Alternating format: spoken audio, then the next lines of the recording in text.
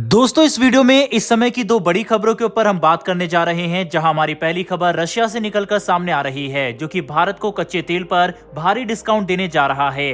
भारत के लिए ये एक बहुत अच्छी खबर है। इसकी वजह से भारत रूस के साथ कच्चे तेल का इंपोर्ट बढ़ा सकता है। इसके बारे में डिटेल में वीडियो में आगे बात करेंगे। वहीं हमारी दूसरी खबर हूती रिबल्स को लेकर है, जिन्होंने रेड सी में तबाही मचा रखी है, जिसके चलते अब बल्गेरिया के एक जहाज को अगवा कर लिया गया है।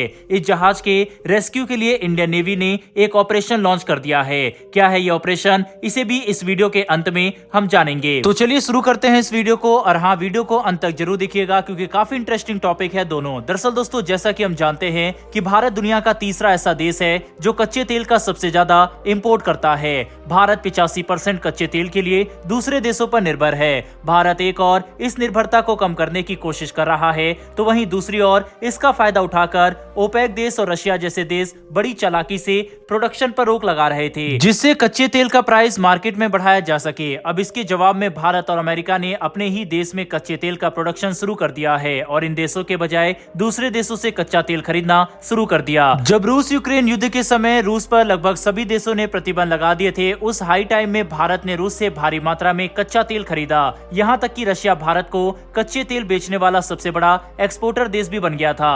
भारत ने रशिया से इतना ज्यादा क्रूड ऑयल इसलिए खरीदा क्योंकि रशिया ने भारत को बहुत अच्छे ऑफर दिए थे। अब आप देख सकते हैं कि भारत ने कैसे रशिया का मुश्किल वक्त में साथ दिया, लेकिन रशिया ने बड़ी चालाकी दिखाते हुए अरब के देशों के साथ मिलकर कच्चे तेल के दामों को बढ़ाना चाहा, जिसका भारत ने भी मुंहतोड़ जवाब दिया और अब रशिया रास्ते पर आ गया है। दरअसल अमेरिका ने ओपेक देश और रूस की चालाकी को देखते हुए वेनेजुला पर प्रतिबंध हटा दिए थे, इसीलिए भारत वेनेजुला से तेल खरीदने के लिए फ्री हो गया। कुछ समय पहले खबर भी आई थी कि भारत वेनेजुला से 3 टैंकर भरकर तेल मंगा रहा है। इसी के चलते नवंबर में भारत ने रशिया से सबसे कम क्रूड ऑयल खरीदा।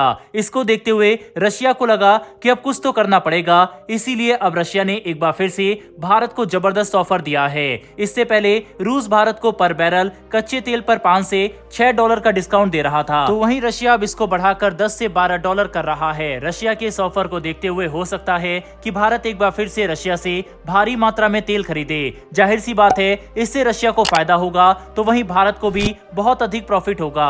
दोस्तों, इस वक्त दुनिया भर में कच्चे तेल का इंपोर्ट घट रहा है, जिसकी वजह से तेल इंपोर्टर देशों को कुछ ना कुछ ऑफर देना पड़ रहा है। वहीं रशिया ये बखूबी जानता है कि अगर भारत वेनेजुला और बाकी अरब देशों से तेल खरीदना वापस से शुरू कर देगा तो सबसे ज्यादा लॉस उसी का होगा।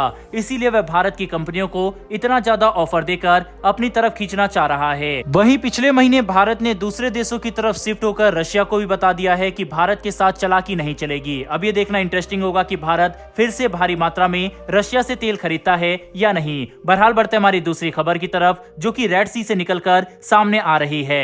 दोस्तों, इस वक्त इजरायल और हमास का युद्ध जोरों शोरों से एक्टिव है। अब इसमें हूती विद्रोहियों की एंट्री भी हो चुकी है, जिन्होंने इजरायल को चेतावनी दी थी कि अगर हमास से युद्ध करना जारी रखा तो वह इजरायल पर लगातार अटैक करेंगे।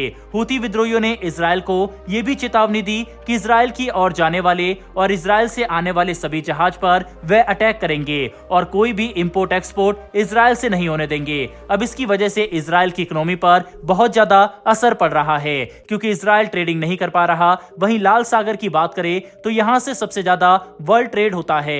यहां हूती विद्रोहियों ने कब्जा कर रखा है और इजरायल की तरफ जाने वाले हर जहाज को या तो अगवा कर रहे हैं या फिर उस पर अटैक कर रहे हैं। अभी कुछ समय पहले भी हूती विद्रोहियों ने एक कमर्शियल शिप को अगवा कर लिया था और इसे यमन ले गए थे। ऐसे में सभी देश इजरायल से ट्रेड करने से परहेज कर रहे हैं और फिलहाल के लिए सभी देशों ने अपने जहाज को लाल सागर में भेजने से मना कर दिया है। इससे इजरायल को भारी झटका लगा है। यहां तक कि इजरायल अपनी जरूरत का सामान भी नहीं मंगा पा रहा। इससे ग्लोबल ट्रेड पर नेगेटिव इंपैक्ट पड़ रहा है, जिसकी वजह से सभी देश इजरायल पर जंग रोकने का दबाव बना रहे हैं और हूती विद्रोही भी यही चाह रहे थे। हूती रिबल्स की आड़ में सोमालिया के डाकुओं ने भी एक बार फिर से जहाजों पर लूटपाट करना शुरू कर दिया। अब जो खबर सामने आ रही है उसके मुताबिक इन्हीं सोमालिया के डाकुओं ने बुल्गारिया के एक शिप को अगवा कर लिया है। अब जहाज के इस रीजन में मौजूद इंडियन नेवी से हेल्प करने की रिक्वेस्ट की गई, जिसके जवाब में इंटरनेशनल मैरीटाइम सिक्योरिटी को ध्यान में रखते हुए इंडियन नेवी ने अपने विध्वंसक जहाज INS कोची के द्वारा रेस्क्यू ऑपरेशन लॉन्च कर दिया है। इसके अलावा स्पेनिश नेवी भी इस ऑपरेशन में भारत का साथ दे रही है। दोनों मिलकर इस अगवा किए गए जहाज को ढूंढ रहे हैं इस कॉन्फ्लिक्ट के चलते सैन्य गतिरोध न हो जाए, इसको देखते हुए भारत ने रेस्क्यू ऑपरेशन में फायर करने से मना कर दिया है और बातचीत के जरिए सॉल्यूशन निकालने की कोशिश की जा रही है। बहरहाल दोस्तों, इस वीडियो में इतना ही, लेकिन आपके हिसाब से अगर बातचीत से बात नहीं बनती तो क्या भारतीय नेवी को इन डाकुओं के ऊपर अटैक कर देना चाहिए या फिर नहीं? अपनी राय कमेंट बॉक्स में लिखकर जरूर बताइएगा। साथ ही हमारी आने वाली डेली वर्ल्ड अफेयर से जुड़ी ऐसी वीडियो के लिए नीचे दिए गए सब्सक्राइब बटन को प्रेस कर बेल आइकन को जरूर दबा लें। फिर मिलेंगे ऐसी एक नई वीडियो के साथ। धन्यवाद। जय हिंद।